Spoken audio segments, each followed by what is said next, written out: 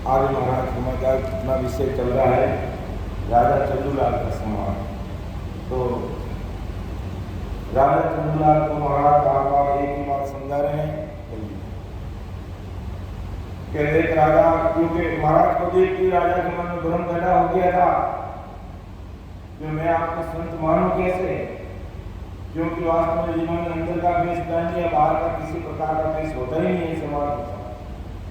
लेकिन राजा के दिल और दिमाग में बात थी कि इतने बड़े महापुरुष ने मारवाड़ से पधारे मेरे मध्य प्रदेश में, इंदौर में, तो बहुत बड़े महात्मा होंगे, हाथी घोड़ा पाल के सब कुछ होंगे।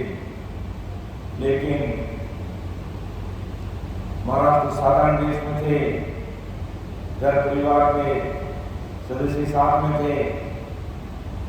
तो राजा के मन में भ्रम पैदा हो गया, गुलामी आ गई, छोटा भाव आ गया कि मैं इनको संत मानूं तो मानूं कैसे। और पूछ लिया, कहते सार बादोता के वेद तो कोनी जय मान के उतार जाए सा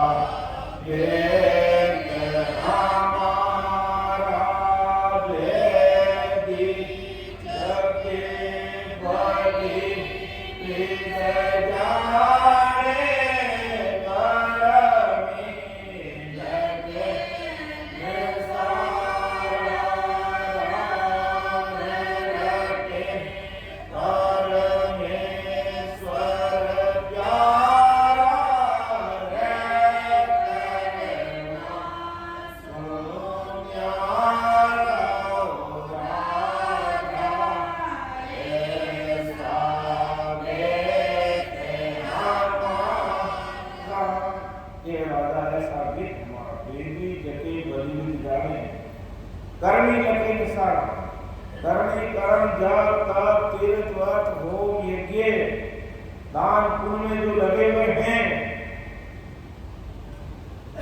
वो मेरे लिए को नहीं जानते। राम रटे परमेश्वर प्यारा है, कर्मा सुनिया।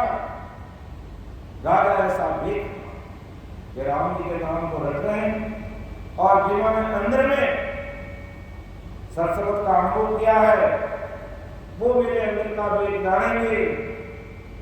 बाकी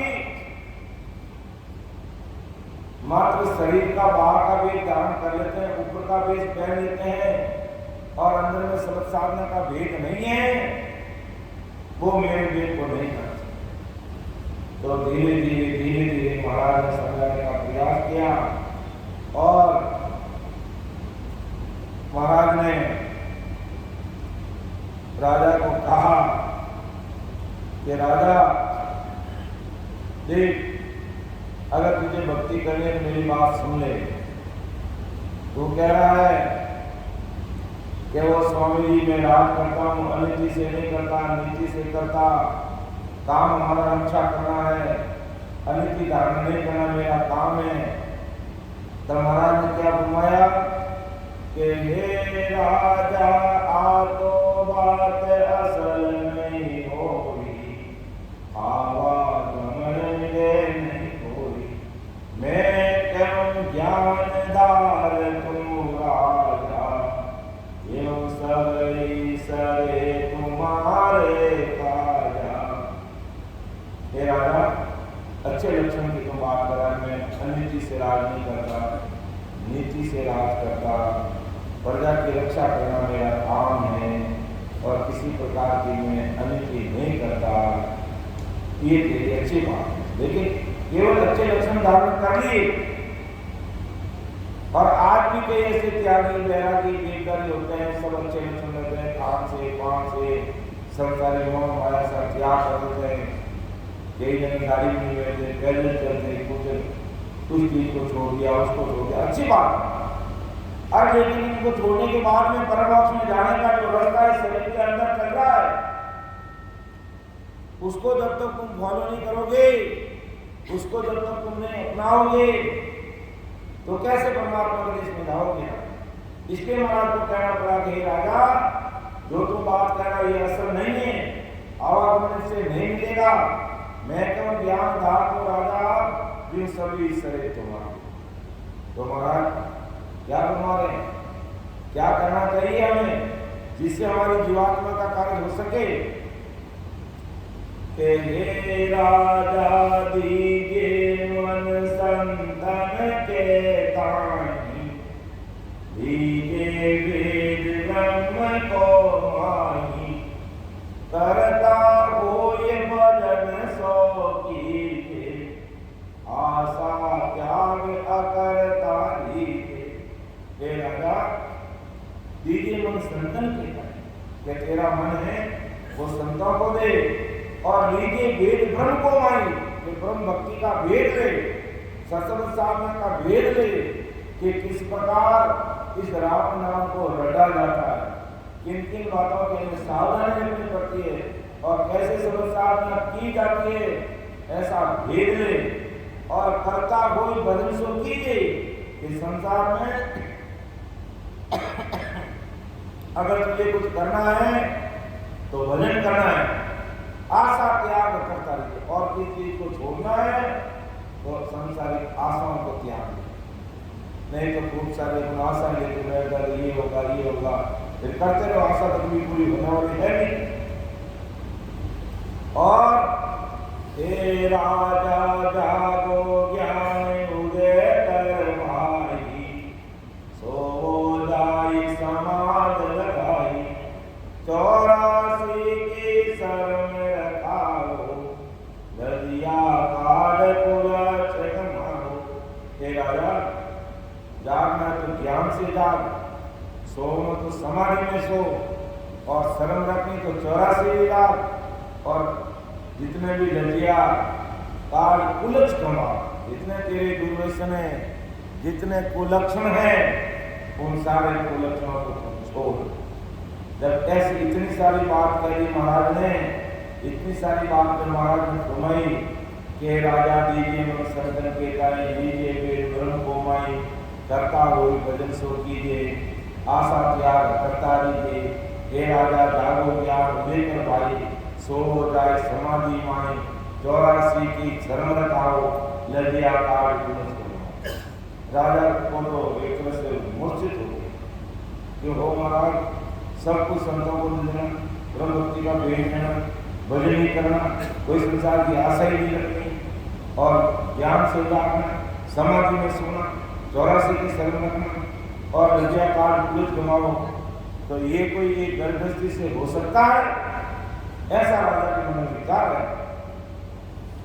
तो भी राजा महाराज को वाकई जवाब दे रहा है, और बहुत सोच समझने की बात है कि गोस्वामी जी तो बात जोग की होरी, ग्रस्त सुन सजे खोई, त्यागे जगत वन में जावे,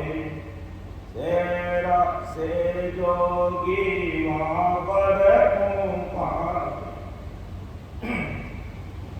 राजा ने सफाई दी, वो महाराज हाथों हाथ जोड़ की, अर्थात कोई गर्भस्थी त्याग देता है, वेद धारण कर लेता है, और जोगी बन जाता है, तो वो सारी ये बातें कर सकते हैं। आपको कह दिए संतों को मन दे लो, भगवत मुक्ति का भेद ले लो, सिर्फ भजन ही करना, सब आशाओं को छोड़ देना, ज्ञान से जागना, समाधि में सोना, 84 की शरण रखना, इतने सारे बंधन तो फिर ये तो कोई गृहस्थी आदमी से तो हो नहीं सकता।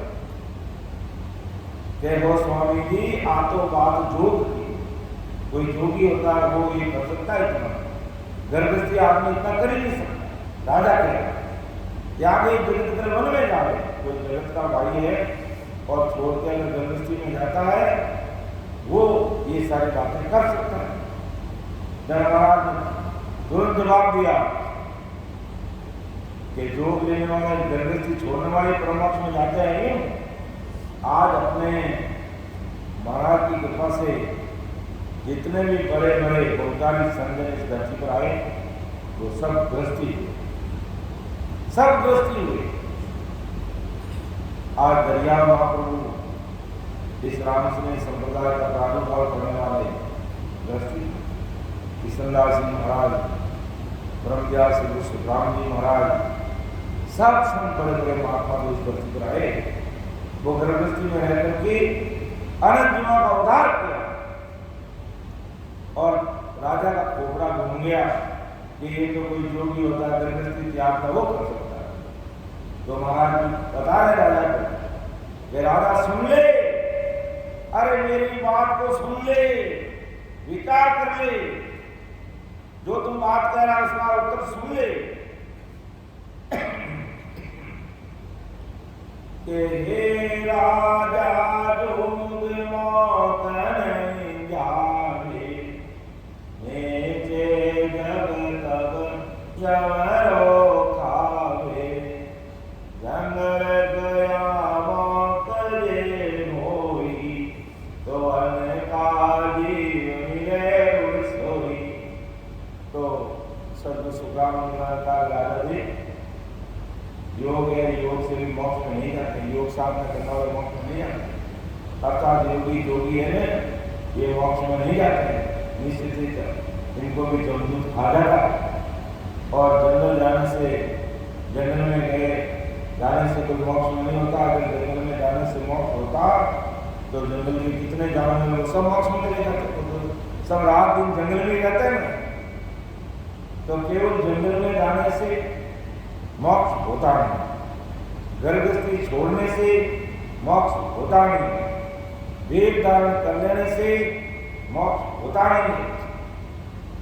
और अपन बड़ा मान के बैठ जाते, इन्होंने गर्भस्थी छोड़ दी साहब, इन्होंने वेद धारण कर लिया साहब, कर लिया अच्छी बात है, कोई बात नहीं, गर्भस्थी छोड़ दी तो अच्छी बात है, वेद धारण कर लिया तो भी अच्छी बात है। लेकिन अंदर का बेस है नहीं है, या अंदर में खाली खोखले ही है, ये बात हमें सोचनी पड़ेगी और इसके लिए भारी बुद्धि लानी पड़ेगी। ऐसे महापुरुषों का ज्ञान सुनना पड़ेगा, तब हकीकत समझ में आएगी दुनिया की कि कैसे ये दुनिया ठगी रही है।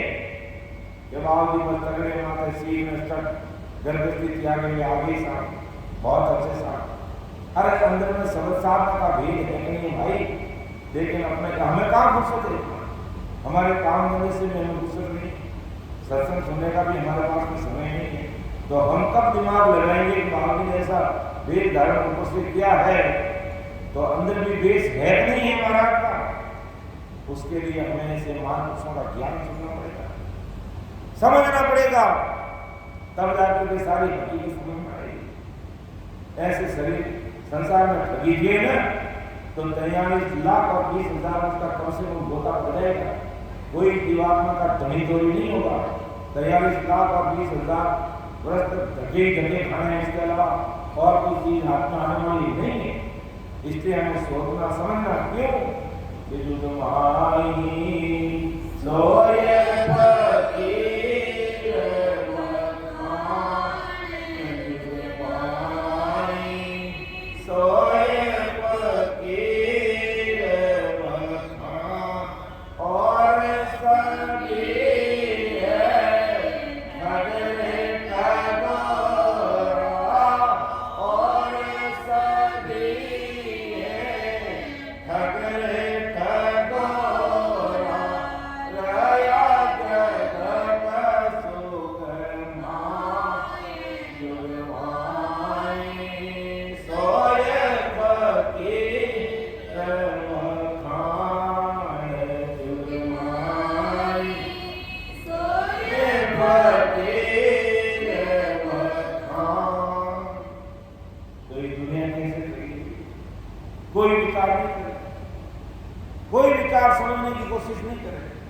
क्योंकि हमारे पास समय नहीं है, हम काम धंधे में इतने बिजी हैं, इतने व्यस्त हैं कि हमारे पास में इतना दिमाग लगाने का समय नहीं।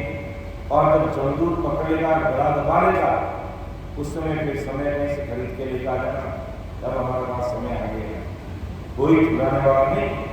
इसलिए महाराज हमारे समय लेते हमें चेतना और खरीदना नहीं है। ये संसार रूपी पूंजी रामलीला में केवल खाने पीने, ऐश आराम और मस्ती, काम धंधे, गाड़ी घोड़े बंगले, ऐश आराम के लिए नहीं दिए, हमें कुछ समय निकाल करके अपनी जीवात्मा का कार्य करने के लिए दिए। लेकिन मैं अज्ञानतावश अपनी मस्ती में घूम रहा हूँ बस। अपनी मस्ती में घूम रहा हूं बस, क्योंकि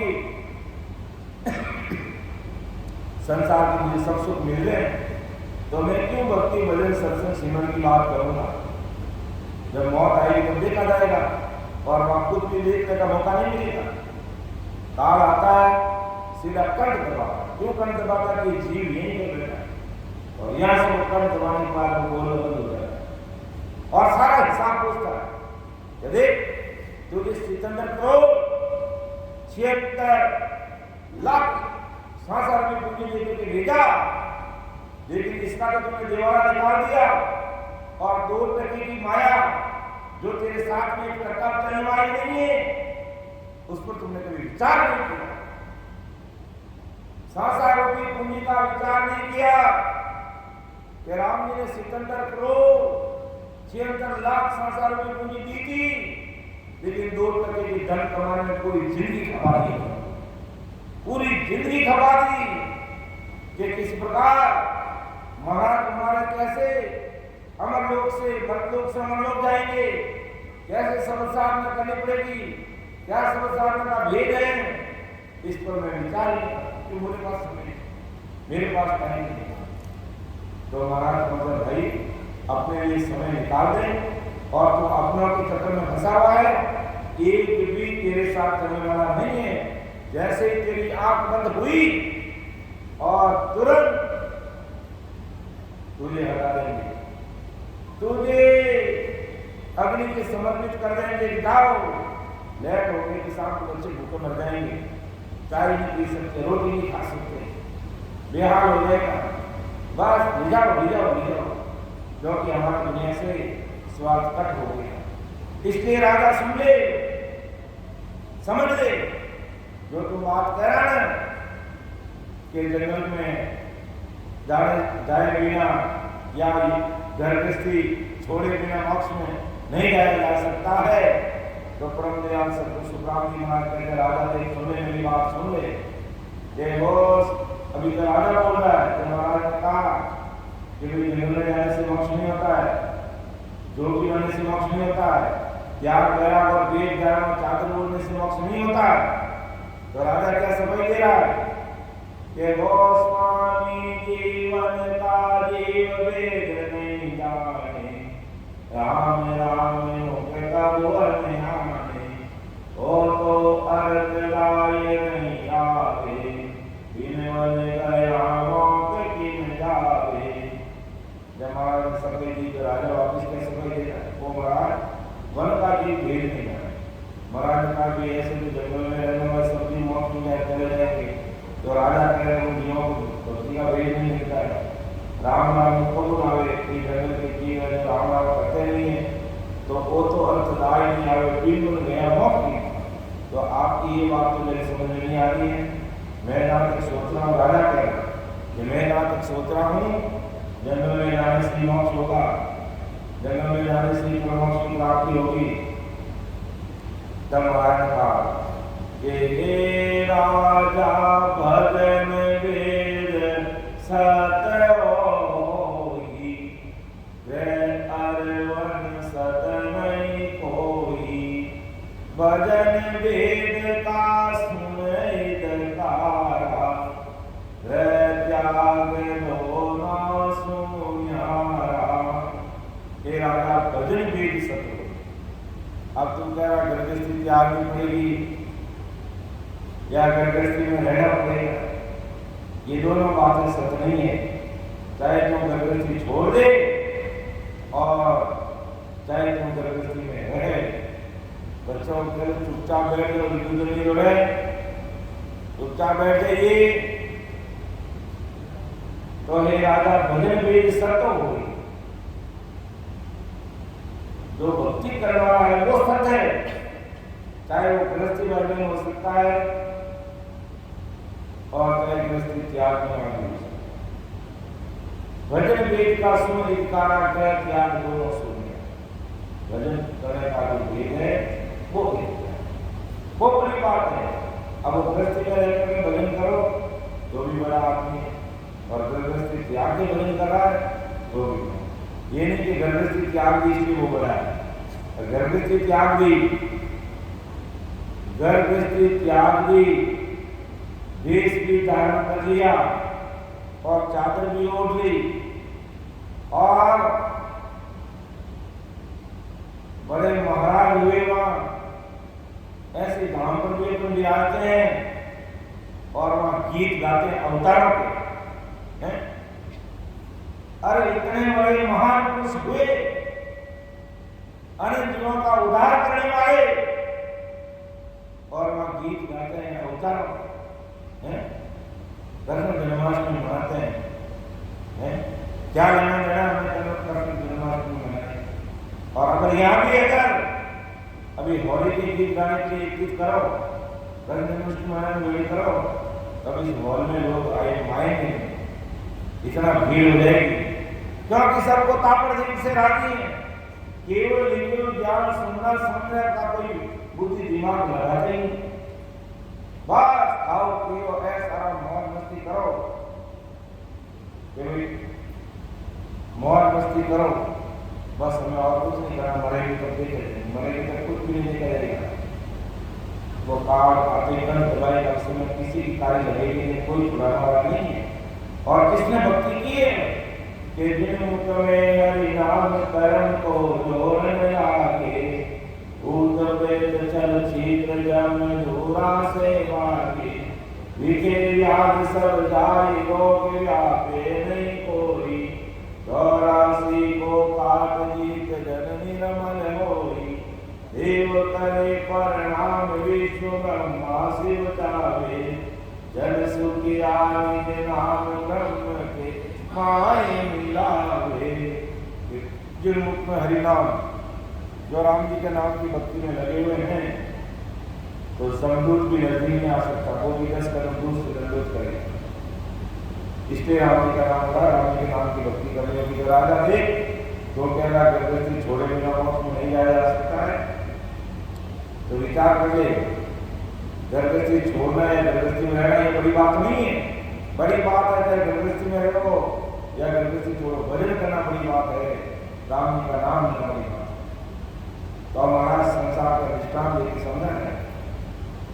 देख मैं तुझे बता रहा हूँ, तू कह रहा कि गृहस्थी छोड़े बिना मोक्ष नहीं होता, गृहस्थी में परमोक्ष की बात हो नहीं सकती, जीवात्मा का कार्य हो नहीं सकता। तो इसलिए राजा विचार करते मैं संसार को उदाहरण देकर समझा रहा हूँ कि विश्वामित्र वन को जोगी, वाष्ट मुनि ग्रह संजोगी, आदि तपस्या गुरु को दीनी, एक पलक सत्संगत लीनी। अब देखो, वाष्ट मुनि रामचंद्र जी के गुरु थे और गृहस्थी थे, गृहस्थी में रहने वाले थे। और विश्वामित्र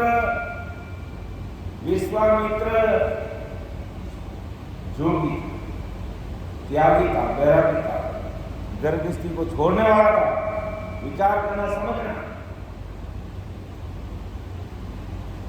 अब दोनों में बड़ा कौन है ये समझना, क्योंकि राजा के दिमाग में एक ही बात फिट हुई है कि गृहस्थी छोड़े बिना मोक्ष में नहीं जा सकते, गृहस्थी छोड़े बिना भजन भक्ति नहीं कर सकते, गृहस्थी छोड़े बिना अपना आत्मा का कल्याण नहीं। तो महाराज संसार का दृष्टांत देकर समझा है कि देख, विश्वामित्र वन का योगी था और वशिष्ठ मुनि गृहस्थ योगी गृहस्थी थे। तो आदि तपस्या गुरु को देनी एक पलक सत्संग थी। हुआ यूं कि विश्वामित्र ने 60,000 वर्ष की तपस्या की। 60,000 वर्ष की तपस्या करने के बाद अब कोई कहेंगे कि अभी तो उम्र तो 100 साल की, 60,000 वर्ष की तपस्या कैसे? ये भी प्रश्न हमारे सामने खड़ा होता है। यदि 60,000 अभी तो उम्र तो आदमी 100 साल ही है, तो 60,000 वर्ष की तपस्या कैसे की? तो ये बात सतयुग की है। और सतयुग के अंदर व्यक्ति की उम्र, सतयुग के अंदर व्यक्ति की उम्र 1 लाख वर्ष, और त्रेता युग में 10,000 वर्ष, द्वापर में 1000 वर्ष और कलयुग में 100 वर्ष। तो उस समय लाख वर्ष उम्र होती थी। तो उस लाख वर्ष उम्र में 60,000 वर्ष तक है जो विश्वामित्र जी ने तपस्या की। विश्वामित्र जी ने तपस्या करने के बाद विश्वामित्र जी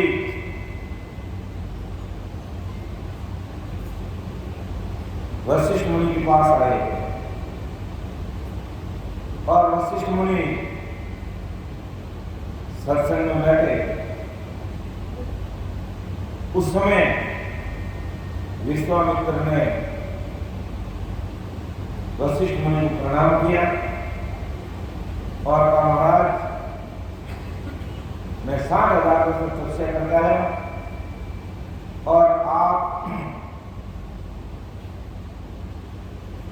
आपको मैं आधी तपस्या भेंट कर रहा हूं। विश्वामित्र जी थोड़े विचार में पड़ गए। कहा, भाई चलो कोई बात नहीं। अब पूरी सभा बैठी है और सभा में कोई अपने गुरु जी को प्रणाम करते हैं या प्रणाम करता है तो गुरु जी जो भी है आशीर्वचन में कुछ बोल। तो बड़ी सभा के अंदर विश्वामित्र ने 30,000 वर्ष की तपस्या में गुरु जी को भेंट। तो सभा की मर्यादा विलास को देखते हुए वशिष्ठ मुनि ने कहा, विश्वामित्र मैं तुझे पल भर सत्संग का फल दूंगा कि मैं ये सत्संग बैठा पल भर सत्संग का फल देता। इतनी बात कहते ही प्रीत गति हर मन पीतायो समझो नहीं विष्णु समझायो हर की माया तोय बरमावे जाय शेष बेन्याव चुकावे। गुना के प्रति प्रीत बढ़ गई, मन में बड़ा किसदा करने लगा। समझो नहीं विष्णु समझाए। जैसे ही गुरु महाराज ने पल भर सत्संग का फल देते ही विश्वामित्र का दिमाग घूम गया कि मैंने 60,000 में से 30,000 उसकी तपस्या आपको भेंट दी और बदले में आपने मुझे पल भर सत्संग कर दी। क्या विश्वामित्र ये संगत की मर्यादा को देखते हुए मैंने तुम्हें दिया है और अगर यही तपस्या का फल तुम अगर मुझे भेंट करता अगर एकांत में तो ये पल पर सत्संग का फल ही नहीं देता, तुझे झकेगा धक्के देके निकालता कि मुझे तेरी तपस्या नहीं चाहिए, मुझे तो सत्संग चाहिए। ये राम जी के नाम की सत्संग चाहिए और इसका बड़ा भारी गुण है। तो आप मुझे भ्रमित कर रहे हैं, आप मुझे ठग लिया, आप एक प्रकार से ठग हो तो कोई बात नहीं, तो मुझे ठग मान कुछ भी मान, लेकिन तेरी ये 30,000 की जो तपस्या है ये पल्लव सत्संग की बराबरी नहीं कर सकते। आप मुझे भ्रमित मत करो, फालतू की बातें मेरे सामने मत करो। तो तुम संसार में जहां भी जाए न्याय कराए कि ये तपस्या तेरी बड़ी है या सत्संग का फल बड़ा है। तो ब्रह्मा जी के पास भी जाता है विश्वामित्र, ब्रह्मा जी की बात भी नहीं मानता। शंकर भगवान के पास जाता है, वही भी बात नहीं मानता। तो कभी विष्णु भगवान के पास जाता, तो विष्णु भगवान ने कहा तो भी इसके बात समझ में आई नहीं और विष्णु भगवान समझ गए कि मेरी बात मानने वाला है नहीं। जब विष्णु भगवान का वास्तव तो न्याय चाहता है तो शेष भगवान के पास कर, वो तेरा न्याय करेंगे। तो अब है जो विश्वामित्र शेष भगवान के पास जाता है और वहां जाकर के कहता है वो शेष भगवान आप मेरा न्याय करो। तो शेष भगवान कहते हैं कि हे विश्वामित्र, मेरे ऊपर 50 योनि पृथ्वी का भार है, तो इतना भार मेरे ऊपर है तो मैं तेरा कैसे न्याय करूंगा। तू ऐसा कर कि तेरे पास में जो तपस्या है उसके बल से तू पृथ्वी को तू झेल, पृथ्वी को तेरे सिर के ऊपर ले और फिर मैं न्याय करूंगा।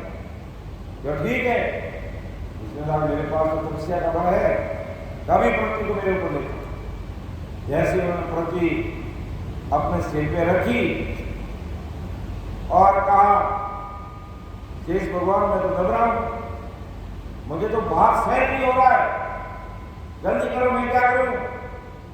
काफी तेरे पास तो तपस्या का बल है ना, कि मेरे पास 30,000 तपस्या का बल है, तो कहा तेरे पास सीधा ही है, उसके हिसाब से तेरे गुरुनाथ की जो भेंट की वो भी तपस्या का बल वापिस ले ले और 60,000 वर्ष की तपस्या का बल लगा करके तो पृथ्वी को स्थिर कर।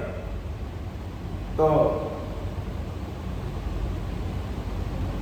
भी पृथ्वी स्थिर नहीं होगी कि सारोधरण से संयोग बोलिया तब के तोरण मन तोलिया 10 की धरण मुने सर दूजियो सदगरु सबर साथ कर पूजियो। अब जैसे पृथ्वी को तुझने लग गया, अंदर दर्शन लगा, क्यों मर जाऊंगा, तो तेरे पास कुछ है, 60,000 वर्ष की तपस्या के बल के अलावा मेरे पास कुछ नहीं। अरे जब तूने 30,000 वर्ष की तपस्या अपने गुरुजी को भेंट की होगी तो बंदे ने कोई आशीर्वचन तो दिया होगा, ये हाँ आशीर्वचन तो दिया, एक पवित्र सत्संग का फल दिया, तो कर उसको लगा। तो जैसे ही है जो पवित्र सत्संग का फल विश्वामित्र ने लगाया और लगाते कहते पृथ्वी के सिर से 7.25 ऊपर हो गई, पृथ्वी 7.25 ऊपर हो गई। कहा हाँ, समझ में आ गया, समझ में। हाँ, सत्संग का फल से पृथ्वी स्थिर हो गई, अब तो मेरा न्याय करो। कहा विश्वामित्र क्या तुझे आपकी समझ में नहीं है? अरे तेरे 60,000 वर्ष की तपस्या के बल से, अरे तेरे 60,000 वर्ष की तपस्या के बल से ये पृथ्वी स्थिर नहीं हुई और विश्वामित्र के नीव पर्वत सत्संग के फल से ये पृथ्वी स्थिर हो गई, तो अभी तक तेरी समझ में नहीं आया कि कौन सी चीज भारी है। पता तेरी तपस्या भारी है कि पल पल तो अब अंदाज लगाओ अपन जो इतने बड़े महापुरुषों की सत्संग करे उसका क्या प्रार्थना है कि सत्संगत अमर जड़ी है, सत्संगत अमर जड़ी जिनको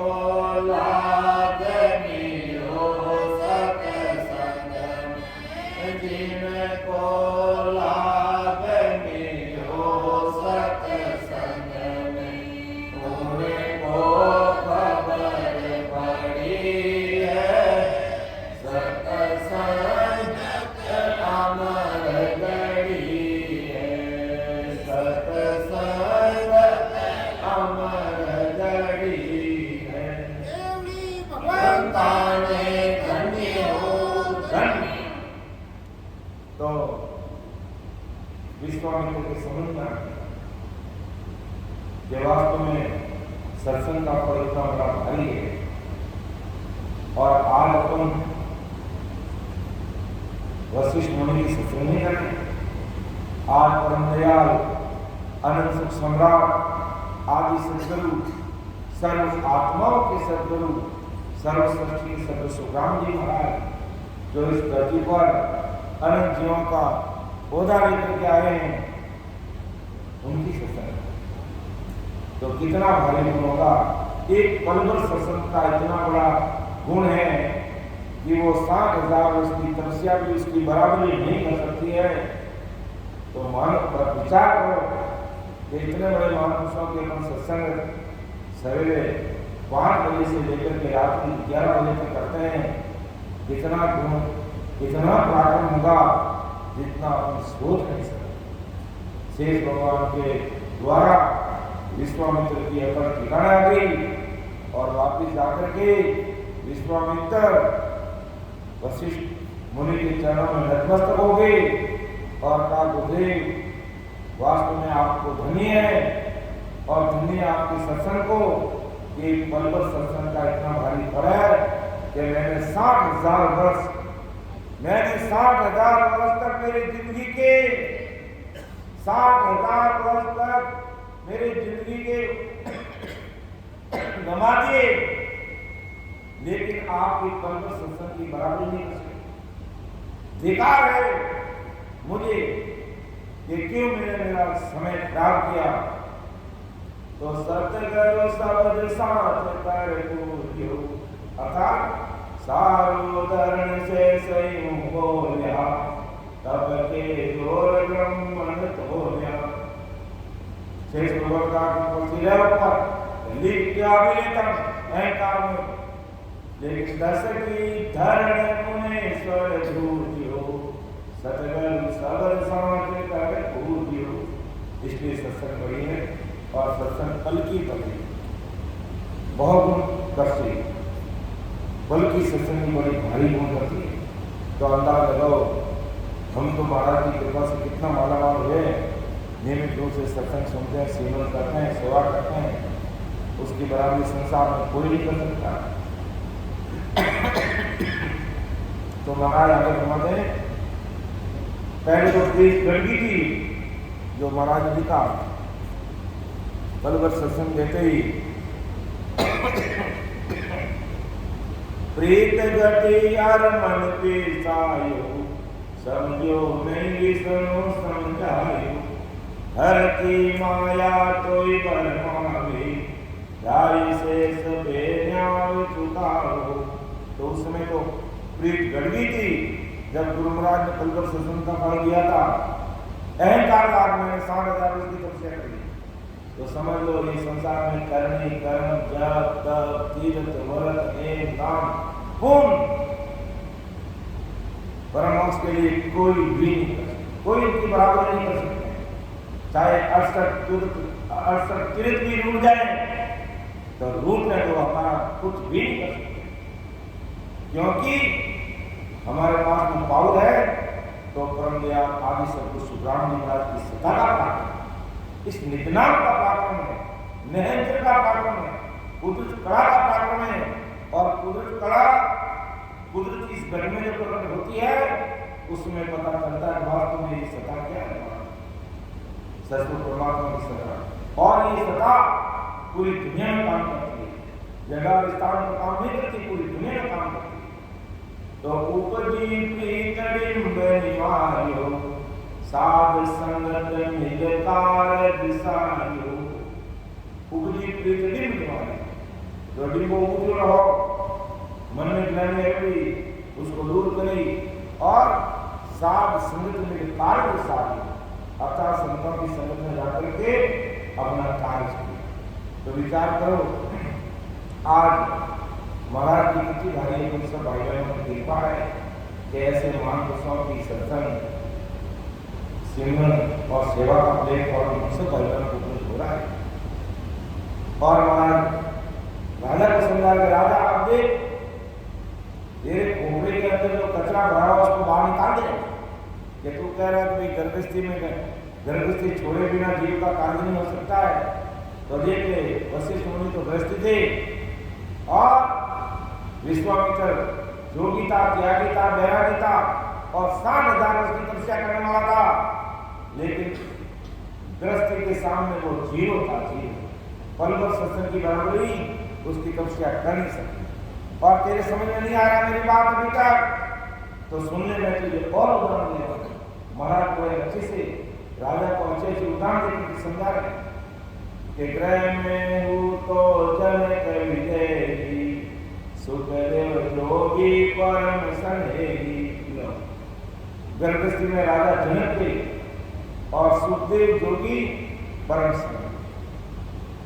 सुखदेव मुनि मां के गर्भवास में भी 12 वर्ष तक उन्होंने राम नाम रखा। 12 वर्ष तक राम नाम रखा। हालांकि वेद तो उनको भी नहीं मिला, लेकिन आपने का नाम सुन लिया था शंकर भगवान के मुख से। वो तो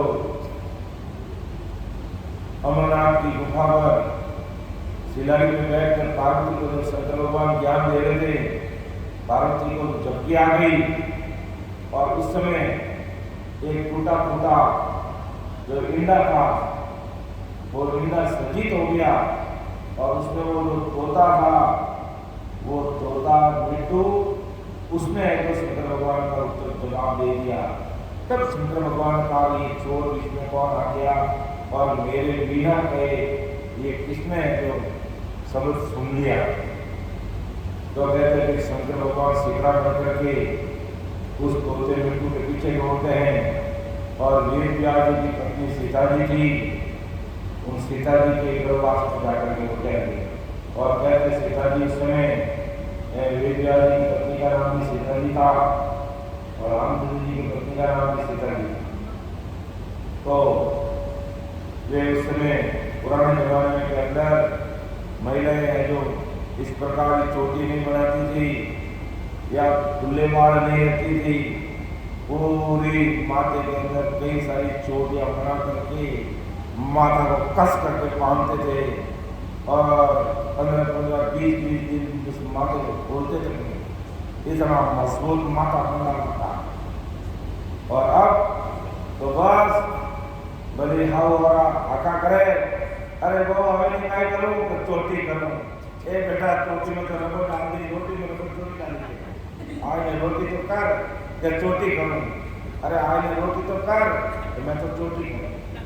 अरे राम जी कहीं चोटी करा है तो कहने का मतलब तो वेद व्यास जी की घरवाले पहले जब जौन मारो लुगाई मातो उतार दी जब मुंडा ये कपड़ो आडो आती तो वेद व्यास जी का घरवाला ने मुंडो उगाड़ी दो मुंडो जोड़ो कोई आपको भारी वाले को डालवा तो कोई मातो को दूसरी जुगई कूटी जने खींच दे के मुंडो फाड़ दे। जो वो मुंडो फाड़ दो एक तो मुंडो फाटो बापो मोटो रियो कि वो तो मेरे को आए है उस मुंडा में पकड़ो प्राण तो नहीं कर अपना वो तो बड़े बड़े जीव और 12 वर्ष तक मार वनवास में गया। सुखदेव मुनि को महाराज जी की अगे प्रेम तो जनक मिले सुखदेव जोगी परम सनेही। अब सुखदेव की जोगी त्यागी करा नहीं तो 12 वर्ष तक मां के वनवास में, क्योंकि शंकर भगवान बाहर बैठेंगे कि इसको मारूंगा आज मैं बिना पूछे ये शब्द कैसे ले लिया, बाहर नहीं पूछे इसको मारूंगा मैं। लेकिन 12 वर्ष तक है जो सुखदेव मुनि मां के गर्भवास से बाहर नहीं आए तो ब्रह्मा विष्णु महेश सब बाहर निकलो कि भाई तुम्हारे सुखदेव कौन है बाहर आओ, क्यों मैं सुखदेवा नहीं मैं सुखदेवा हूँ, मेरी माँ को पूछ लो। मैंने मेरी माँ को कभी दुख नहीं किया कि दुख तो नहीं किया, लेकिन हमारे जो गर्भवास में नियम है जो हमारा 9 महीना जब बच्चों गर्भवास में मारा जाए तो उन टाइम की जो समय रहा वो समय निकल गया और जीव मारा नहीं आए। ब्रह्मा विष्णु में सलाह खड़ा हो गया भाई हमारा जो नियम है वो उल्लंघन हो रहा है तो मारा जन के शंकर भगवान का नहीं मारा तुम मारा जन शंकर भगवान ने मनाया कि आप माफ करो।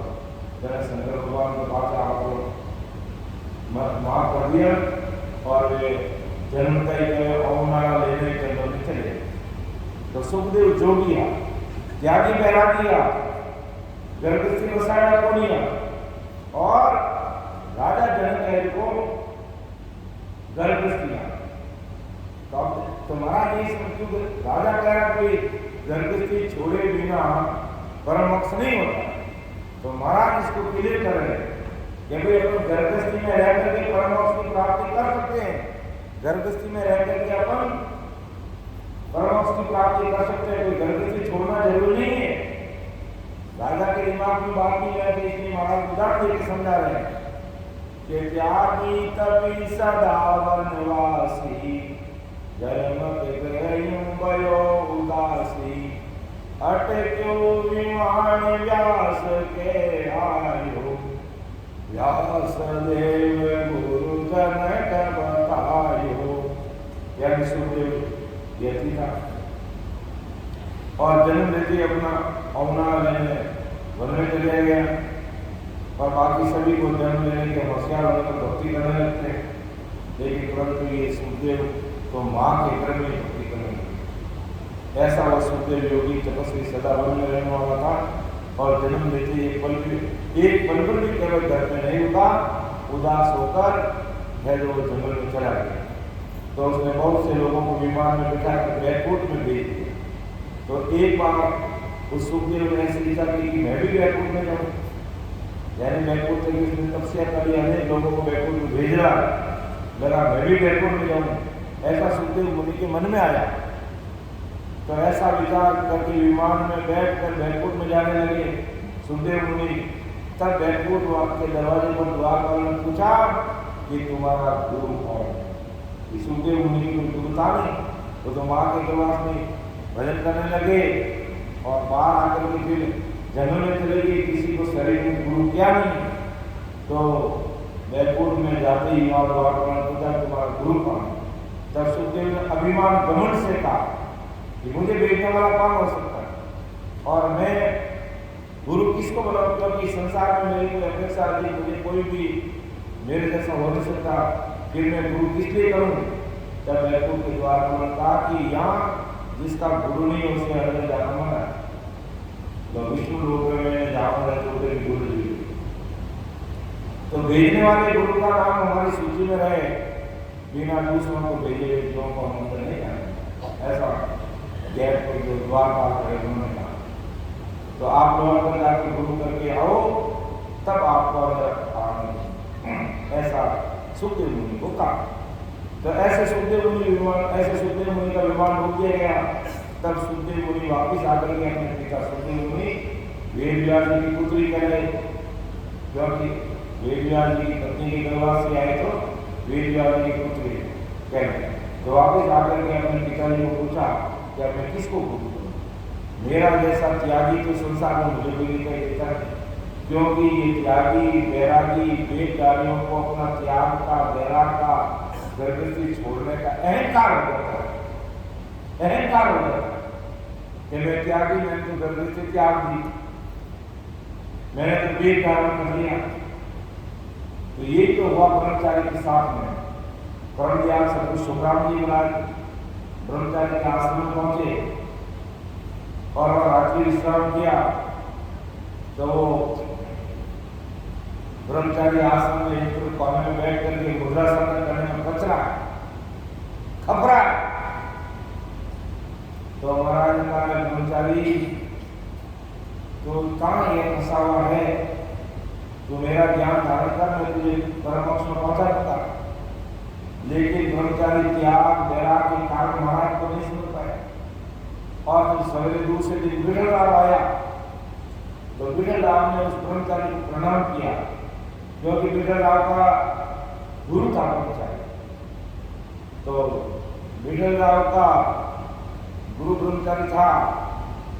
तो फिर बिगड़ राव और महाराज के साथ में वार्तालाप हुई। तो बिगड़ राव समझ गया कि ये तो महात्मा को ले है, इनका ज्ञान मुझे लेना चाहिए। तो महाराज ने पूछा कि ब्रह्मचारी से तुम्हारा क्या संबंध है? ये मेरे गुरु है। तो उसके बाद में महाराज गए, फिर ब्रह्मचारी नहीं कहा, महाराज ने कहा ब्रह्मचारी जी, क्योंकि किसी का भी कोई भी गुरु हो, कभी भी हमें गुरु जी का अपमान नहीं करना है, चाहे वो 3 लोगों की गुरु हो, चाहे वो 4 लोगों की गुरु हो। कभी भी किसी भी गुरु का अपमान नहीं करना चाहिए कि इसके गुरु ऐसे, उसके गुरु ऐसे। वो जो भी है ऐसा, उसके लिए वो गुरु है सब कुछ। तो महाराज ने भी सम्मान रेस्पेक्ट से ये बात की, वो ब्रह्मचारी की, मेरी बात को मान लो और तुम ये मुद्रा साधन छोड़ दो और बहुत सहज सरल मार्ग में राम नाम कर और मैं तुम्हें जीते ही परमोक्ष की प्राप्ति करवा दूंगा, नहीं तो तुम 7 जन्म में इस साधना करने से परमोक्ष में जाओगे। लेकिन त्याग वैराग अहंकार के कारण ब्रह्मचारी को महाराज की बात समझ में नहीं आई और आज दिन तक वो मोक्ष नहीं। और बिगड़ आओ समझदारी रख करके महाराज के चरणों में नतमस्तक होकर के इतने बड़े बड़े प्रश्न महाराज के सामने रखे और महाराज ने बहुत अच्छे से उसके उत्तर दिए और अच्छी तरह से महाराज को, महाराज के ज्ञान को, महाराज के शब्दों को बिगड़ जाने से समझने का प्रयास। तो यही बात सुखदेव मुनि कह रहा है कि मेरा जैसा त्यागी कौन हो सकता है। मैं तो जन्म से मां के गर्भ से निकलते ही जंगल में चला गया, मुझे गुरु करने की कहां जरूरत है। विष्णु भगवान ने मेरा अभिमान क्यों रोक दिया? क्योंकि गुरु के बिना बैकुंठ में जाते हैं उसको नुग्रा समझते। ये नुग्रा इसने गुरु नहीं किया। तब वेद व्यास ने देखा कि इसे त्यागी बन का बहुत बड़ा अभिमान है, त्यागी बन का बहुत बड़ा अभिमान है। इसलिए वेद व्यास ने भी कहा कि अब तू जा, अगर तुझे अगर तेरा विमान अगर पार करना है तो राजा जनक है गर्भस्थी, जिनके 1000 रानियां हैं, सब ठाट बाट सुख संपदा है। अगर तुझे पार होना तो राजा जनक के पास है और राजा जनक है जो तुझे भक्ति का भेद देंगे और उसके अनुसार तू भजन करेगा और तुम उनका सीख रह करके इस चीज को ग्रहण करेगा तो फिर तुम भुगला नहीं करेगा और बैकुंठ में जाएगा, नहीं तो बैकुंठ के दरवाजे भी तेरे बंद। तो सुखदेव जति जनक गुरु राया, भक्त वेद ले मौत सिधाया। ग्रह त्याग की काई पिताई, नारद के गुरु जवर भाई। तो सुखदेव जति जनक बोलता है। तब महाराज का जब देख तू गर्भस्थी की बात कर रहा है कि गर्भस्थी से परमोक्ष नहीं होता है, तो मैं तुझे बता रहा हूँ सुखदेव जति था, त्यागी वैरागी था, वेदकारी था, लेकिन राजा जनक क्या थे? गृहस्थी थे। तो उनके पास जाकर के इसको भेज लेना पड़ा। तो अब वो समझ ले राजा कि गृहस्थी में रहकर भी इतने बड़े बड़े जन्म हो सकते हैं और तुम केवल एक दिमाग में बात लेके बैठ गया कि गृहस्थी छोड़े बिना परमोक्ष की प्राप्ति नहीं होती है, गृहस्थी छोड़े बिना काया का कार्य नहीं होता है। तो इस बात को तो तू दिमाग से निकाल दे कि मुझे गृहस्थी छोड़े बिना काम नहीं कर। तो गृहस्थी में रहकर भी अच्छे से काम कर सकता है, जैसे सुखदेव जी है राजा जनक के पास भक्ति का भेद लिया और भगत भेद ने मोक्ष सिखाया। तो ग्रह त्याग की काई बेताई, नारद के गुरु जवर भाई। के ग्रह त्याग की और क्या इकाई है? नारद के गुरु होना, अर्थात काली जी जो है वो नारद मुनि के गुरु थे और नारद मुनि त्यागी वैरागी नारायण नारायण करते 3 लोग 14 वंशों तक भुगते हैं और बैकुंठ तक भी जाते हैं। इतना उनके नारद जी के पास पावर था, लेकिन नारद मुनि के भी गुरु नहीं। तो क्या बात करें देखो कि नारद मुनि हमेशा विष्णु भगवान की सभा में जाता और वह बैठता, विष्णु भगवान की बातें सुनता और जब वहां से कूद कर वापिस देव लोक में रमणी करता। तो उस समय विष्णु भगवान अपने देवदूतों से कहते कि भाई यहाँ पर ये नारद मुनि बैठा है, इसकी जगह को साफ करो, पवित्र करो, ये जगह अपवित्र होगी। तो बैकुंठवासियों ने पूछा कि अपवित्र कैसे होगी? आपके बैकुंठ में आ गया कि ये अपवित्र कैसे हुआ? कि इसके गुरु नहीं है, इसलिए ये जगह अपवित्र होगी, इसको पवित्र करो। तो आप उस जगह को धोकर के साफ करते हैं। करते करते बहुत समय बीत गया। किसी ने बताया, अरे नारद मुनि, तुझे पता है कि तू जैसे सभा में उठता है उस जगह को धोई जाती है, साफ की जाती है। कहा क्योंकि तू नुगरा और तेरे कोई गुरु नहीं, इसलिए विष्णु भगवान कहते हैं कि नुगरा यहाँ पर रहता है तो इसकी जगह को साफ करो, इसको धो। तब नारद मुनि ने कहा विष्णु भगवान को कि महाराज मैं क्या करूं, मैं किसको गुरु करूं, बताओ। मैं तो खुद त्यागी हूं, वैरागी हूं, आपके बैकुंठ में आ रहा हूं, जा रहा हूं, 3 लोग में रमणी कर रहा हूं, मुझे कौन रोक सकता है। और उसमें वो भी अहंकार, नारद मुनि भी कहा सब कुछ ठीक है, सब कुछ ठीक है, लेकिन तेरे गुरु नहीं। तो बताओ आप कहो उसी को मैं गुरु करूं, किसको गुरु बनाऊं। तब नारद मुनि ने विष्णु भगवान ने कहा कि जाओ, है जो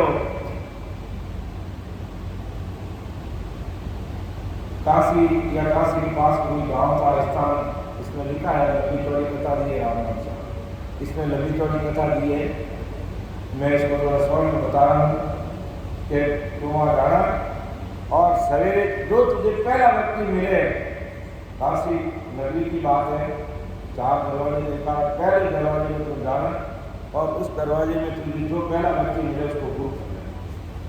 अब नारद मुनि सवेरे सवेरे निकलते हैं और कालू जी धीवर, जो मछलियों का धंधा करने वाले कालू मला मछलियों का धंधा करने वाला, वो मिले। तो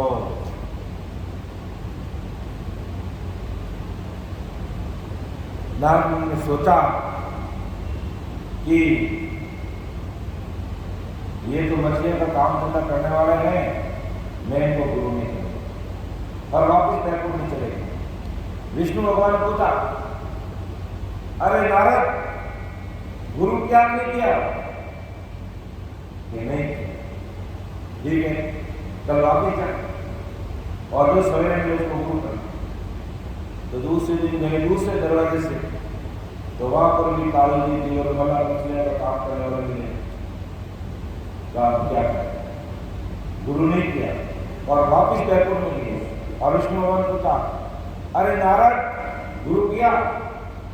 कि नहीं महाराज, वापिस है, जो तुझे पहला व्यक्ति मिले सवेरे उसको गुरु करना। जैसे करते करते नारद मुनि को कालू जी मला, कालू जी त्रिवेणी मिल गए। तो आपको उनको गुरु करने में दूसरा कोई उपाय सारा है नहीं, तो कहते हैं कालू जी धीवर जो मछलियों का काम करने वाले थे उनको गुरु बना लिया और फिर विष्णु भगवान की सेवा करके नारद मुनि गए। अब विष्णु भगवान सबके गुरु के नाम पूछ रहे हैं, जब सभी अपने अपने गुरु का नाम बताया, तो सबने अपने अपने गुरु का नाम बताया। जैसे नारद मुनि का नंबर आया, नारद तुमने गुरु किया? हाँ किया। तेरे गुरु का नाम बता। तो गुरु तो किया, लेकिन परंतु गुरु तो किया पर। अरे गुरु क्या पर, गुरु क्या किंतु परंतु, और अटक गए। नारद मुनि अपने गुरु का नाम नहीं बताया। विष्णु भगवान ने हाथों हाथ कर दिया, नारद मुनि उन्हें गुरु किया और अपने गुरु का नाम नहीं बताया। इसके बदले में तुझे अब 1,84 जोड़ भुगतनी पड़ेगी। तो अगर ये कैसा काम हुआ, तो गुरु करने के लिए नया काम करना है, नहीं करता थे। दोनों को बैकुंठ में आवता जाता पूरा गिरता गिरता और अब गुरु करिया और अब बैकुंठ में आना जाने में, क्योंकि अब 84 भुगतनी पड़ी। ये गुरु करिए ना काम दिया है, अब 84 भुगतनी पड़ी, क्योंकि गुरु करने गुरु रो नाम नहीं बतावे कि तो दोष ना जड़े क्यों महाराज आप भी उपाय बताओ कि नहीं। लग चौरासी भोगने का उपाय नहीं, लग चौरासी मिटने का उपाय मेरे पास नहीं, तेरे गुरु के पास ही है। तो क्या करोगे? तो जा तेरे गुरु के पास जाकर उनको पूछ के मेरी लग चौरासी कैसे मिटेगी। ताऊ जी मछलियों का काम जरूर करते थे, क्योंकि अब जैसे मान लो दक्षिण भारत में मान लो कोई मछुआरे हैं तो इनका तो खानदानी धंधा है, इतना नहीं करता अपने पेड़ बड़े कैसे करता, अपना जीव व्यापन कैसे करता, इसलिए धंधा करना पड़ता है। लेकिन वो मगध थे। तो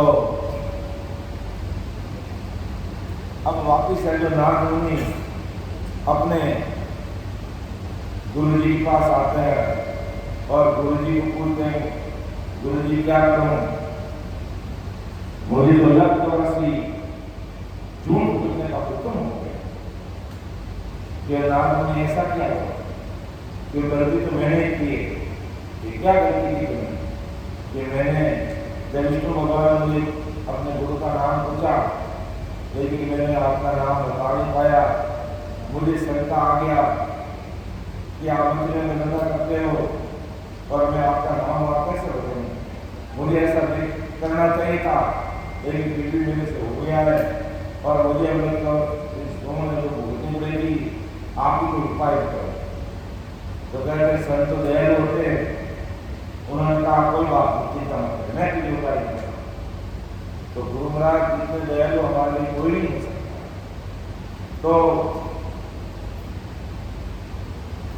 क्या करूँ कि नारद जो वापिस विष्णु भगवान के रूप में जा और विष्णु भगवान को बोलना कि वो महाराज लग चौरासी जोन कौन सी है, मुझे जो भुगतनी है वो आप मुझे उसकी खड़क बना के दे दो।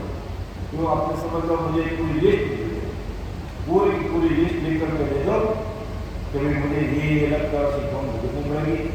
जो ठीक है लिस्ट ले लूँगा, फिर कि वो लिस्ट लेकर के विष्णु भगवान के सामने रख देना और तो उसके ऊपर लुटने लग जाना। और विष्णु भगवान पूछे कि नारद क्या कर रहा है, कि लग चौरासी जोन भुगता है। ये उपाय तुझने किसने बताया? सब बोलना, तो फिर डरना मत, मेरा नाम बोलना। तो जब वहां गए और विष्णु भगवान से वो खड़क निकाली और वहां लूटने लगे, विष्णु भगवान अरे नारद क्या कर रहा है? ये महाराज आपकी गवाही में, आपके सामने, आपकी साक्षी में लग चौरासी जोन भुगत रहा हूं। कहा किसने कहा? कि मेरे गुरुदेव कानजी जीवन ने कहा। ऐसा जोर से नाम दिया कि तेरे गुरु ने कहा तो समझ तेरी लग चौरासी जोन मिली। और ऐसे लग चौरासी जोन लाभ भगवान धन्य हो, धन्य नहीं तो क्या है, त्याग बैराग अहंकार वेद के कारण ये त्यागी बैरागी पीछे रह जाते हैं। और आज अगर कोई गृहस्थी में पहुंचे संत भी रहते हैं तो त्यागी बैरागी उनको मान्यता नहीं देते और इस कारण से फिर अटक करके भटक करके लटक करके रह जाते हैं। कहीं पर मानते हैं कि पुराना संत है वो ऐसा कुछ ठीक है, लेकिन सब साधना का भेद नहीं है। तो बोले कितने बड़े संत है, कितने बड़े वेदगारी है, कितने मठाधीश बने हैं, कितने बड़े स्थान पर बैठे हैं, वो हमारी जीवात्मा का कार्य नहीं कर सकते। और उनको अगर हम गुरु मान के बैठे तो हमारे साथ में धोखा है। इसलिए महाराज कहते हैं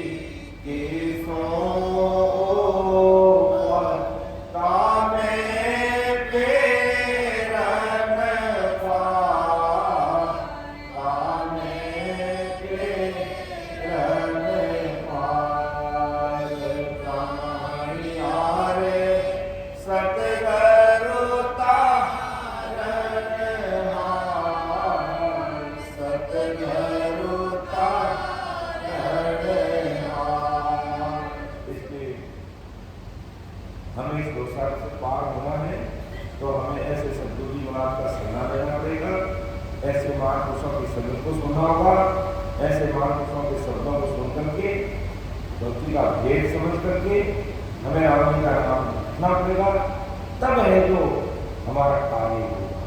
बाकी कार्य संभव नहीं है। बाकी 3 लोग 14 भुवन अपन कई भी घूम रहे फिर रहे, भोर काल करता कि अगर हमें कोई त्यागी वेद का ज्ञान बताता है तो भी हमारी जीवात्मा का कार्य होने वाला नहीं है। इसलिए परमया सर्व सुग्राम जी महाराज कहते हैं कि